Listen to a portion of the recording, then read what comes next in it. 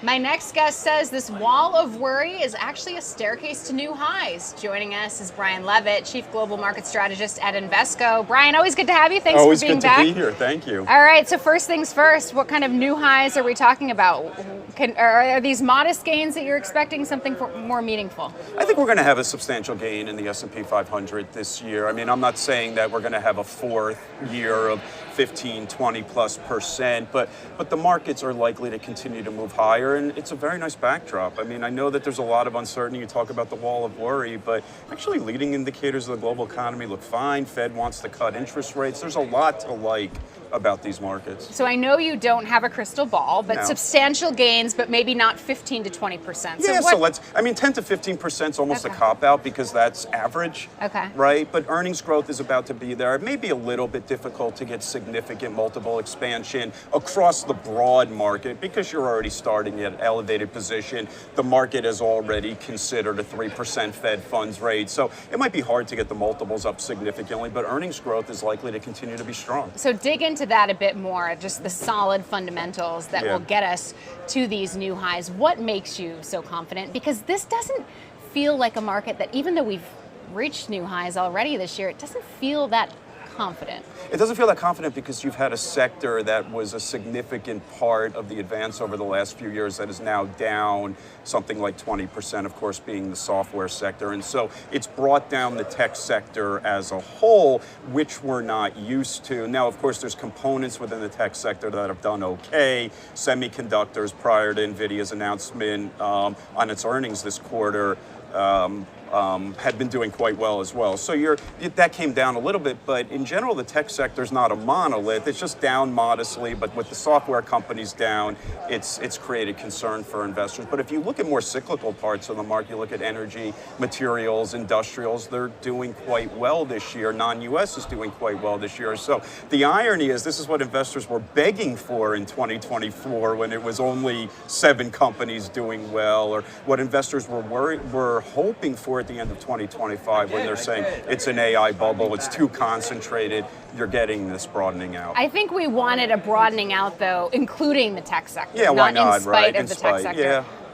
Do you expect this to continue to be the case, that tech will be the underperformer, or does it eventually catch up this year? Well, the nice thing is you've had software stocks which were trading at like 35 times forward earnings are now back to around market average, right? And so my expectation is that that's going to bottom, and I think some of the concerns about AI will start to fade, recognizing that these software business models are not destroyed over the near term. And then semiconductor side should continue to benefit from improving economic activity and all this investment. But what's really interesting for investors, so while the tech sector can do okay in this backdrop, other parts of the market can also provide a lift because you are in a better macro backdrop.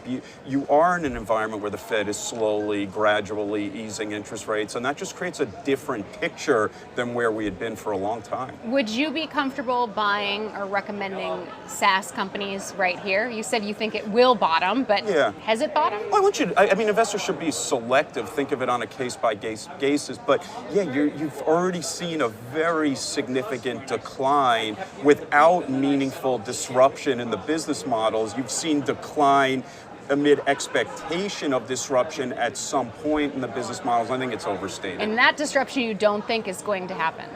Over time, you'll see an evolution with it, but I think you'll see these software companies taking more advantage of AI rather than, disappearing as a result of AI. So that's the software side, and then there's the Mag 7. I guess Microsoft could be in the software side, but the Mag 7 has also been underperforming this year.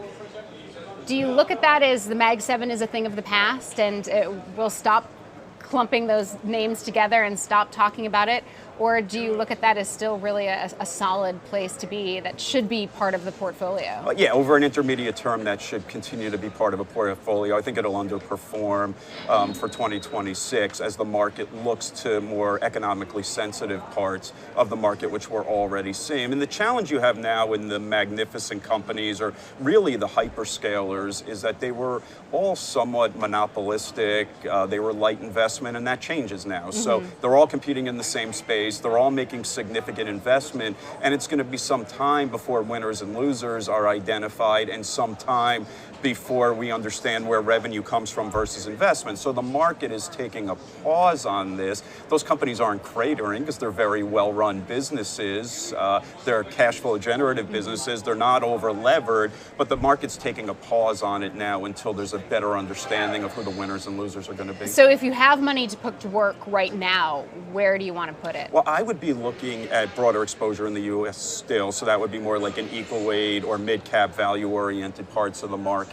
And I would be looking at non-U.S. Now, a lot of investors, when they say, oh, you're overweight non-U.S., to them, most of them are 0%. So let's think about 10, 20% exposure to non-U.S. because you're in an environment now with the Feds easing, the dollar should be weakening from what are still relatively lofty levels, notwithstanding the 10% decline and you saw in the dollar last year. And as that happens, capital starts to flow to other parts of the world where valuations are more attractive. And if you look historically, in periods where the dollar declines, the emerging markets and the developed world ex-US actually outperform. S&P 500 doesn't do poorly, but those parts of the world outperform. So non-US meaning where?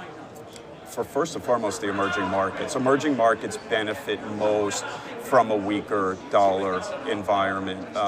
And then I would say, people ask, well, Europe, do we want to be significantly exposed? The reality is that expectations had gotten quite weak in Europe.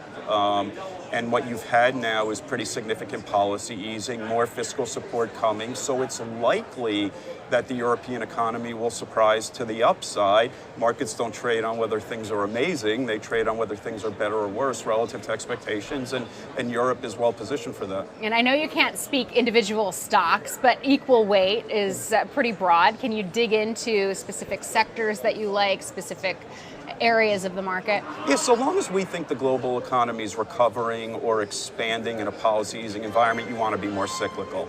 And so those are your industrials, your materials, your energy. And these are the types of calls we were making in October, November when we were writing 2026 outlooks. And it's been a good first 2 months to the year for that call. And I'm always mindful you don't want to talk to a pitcher during a no-hitter, and 2 months don't make a year. But as long as leading indicators continue to point higher globally, as long as inflation expectations are contained and the Fed's going to move rates lower, cyclical parts of the economy should benefit from all of that. Is this the year of the Dow versus the year of the S&P? So far. What about Russell versus those two? Yeah, so you've had quite a move in the Russell 2000. So Russell 2000 should continue to benefit from this. I would say more even the mid-cap. You haven't seen the move in the mid-cap to the same extent that you saw. And so mid-cap stocks look like a so-called sweet spot with regards to this. So yeah, it's a year in which everybody else gets a chance to catch up. People were bemoaning the fact coming into the year about valuations. That was really just an S&P story. So what about all those people who are looking at some of the pullbacks that we've been seeing, especially in some of those high flyers, and thinking, is now the time to buy the dip? What do you say to that? Yeah, if you have an intermediate term time period and you've got good growth businesses that are trading now at market valuations, yeah, it's a good time to do that. It doesn't mean they're necessarily going to outperform in 2026, but the opportunity to buy businesses that you believe are strong growth businesses, yeah, over the intermediate term time period, I would use this type of weakness to build positions in it. Anything you're avoiding? Well, there's certain things that have rallied that have caused me to scratch my head a little bit, given everything else that I'm saying. So if I think about treasuries, if I think about gold, those are giving you different indicators than everything else I'm saying. So there's some cross currents here. If I like cyclical stocks and smaller capitalization, why are gold and treasuries rallying? But why was gold hitting new highs at the same time as the stock market? It seems like it hasn't really followed. It hasn't followed. I mean, some of that's the central bank diversification. Some of that is just it got caught up in a momentum trade. Some of it's the geopolitical risks around Iran and other things. So I don't love precious metals here. I don't love treasuries here. Those are the types of things that I would be avoiding. Crypto? Crypto seems like a tech trade. It seems like a levered play on tech. Yeah. I'm challenged to think about how we value crypto, but if you're a fan of crypto, it's certainly off quite a bit. And if it's a levered play on tech, I think over the intermediate term, you could be okay there. If this is the year of the Dow, when do we see Dow 60,000. I mean, the funny thing is it hasn't been the decade of the Dow or the 15 years of the Dow, but we get to these new milestones every handful of years. And, I was laughing when Pam Bondi was talking about Dow 50,000. I mean, we were Dow 40,000 under Biden. We were Dow 30,000 under first Trump term. We were Dow 20,000 under Obama. So we should. I mean, markets over our lifetime. So when is Dow 60,000? I don't know when Dow 60,000 is, but I would say within the next year or two, you could be at Dow 60,000. Okay, on that note, time to switch to our rapid fire round of this or that. I know you know how to play. You ready to do this? I'm ready to do it. All right, Dow 50,000, psychological top or a new floor? No, it's not a psychological top. Valuations, justified or stretched? A little bit stretched, but okay given the macro environment and the policy environment. Earnings growth, durable or peaking? Durable. Equal weight S&P, catch-up trade or head fake? Catch-up trade. Market breadth, improving or illusion? Improving. The AI trade, overhyped or underappreciated? Underappreciated. U.S. equities, buy the dip or diversify abroad? Both. I'm trying to trick you there. Add on weakness or sit tight? Add on weakness. Large caps, leadership continues or passing the baton to small caps? Passing the baton, probably more to the mid space here. SaaS stocks, value reset or value trap? Value reset. The dollar, cyclical dip or structural slide? Structural moderation. Does that work? Sure. Okay. The Fed, real tailwind or persistent headwind? Real tailwind. Recession risk, fading or delayed? Fading. 2026 outlook, acceleration or normalization? Acceleration. One sentence to describe how you're feeling about stocks this year. I'm feeling optimistic. It's hard for me to not like stocks in a world where the economy is doing fine. The Fed wants to lower rates. Inflation expectations are contained. Gasoline prices aren't elevated. The dollar's weakening. All of that is supportive for risk assets. A bullish elevator pitch there. Brian Levitt, always a pleasure. Always Thanks pleasure. so much. Thank you. That's Brian Levitt, Chief Global Market Strategist at Invesco.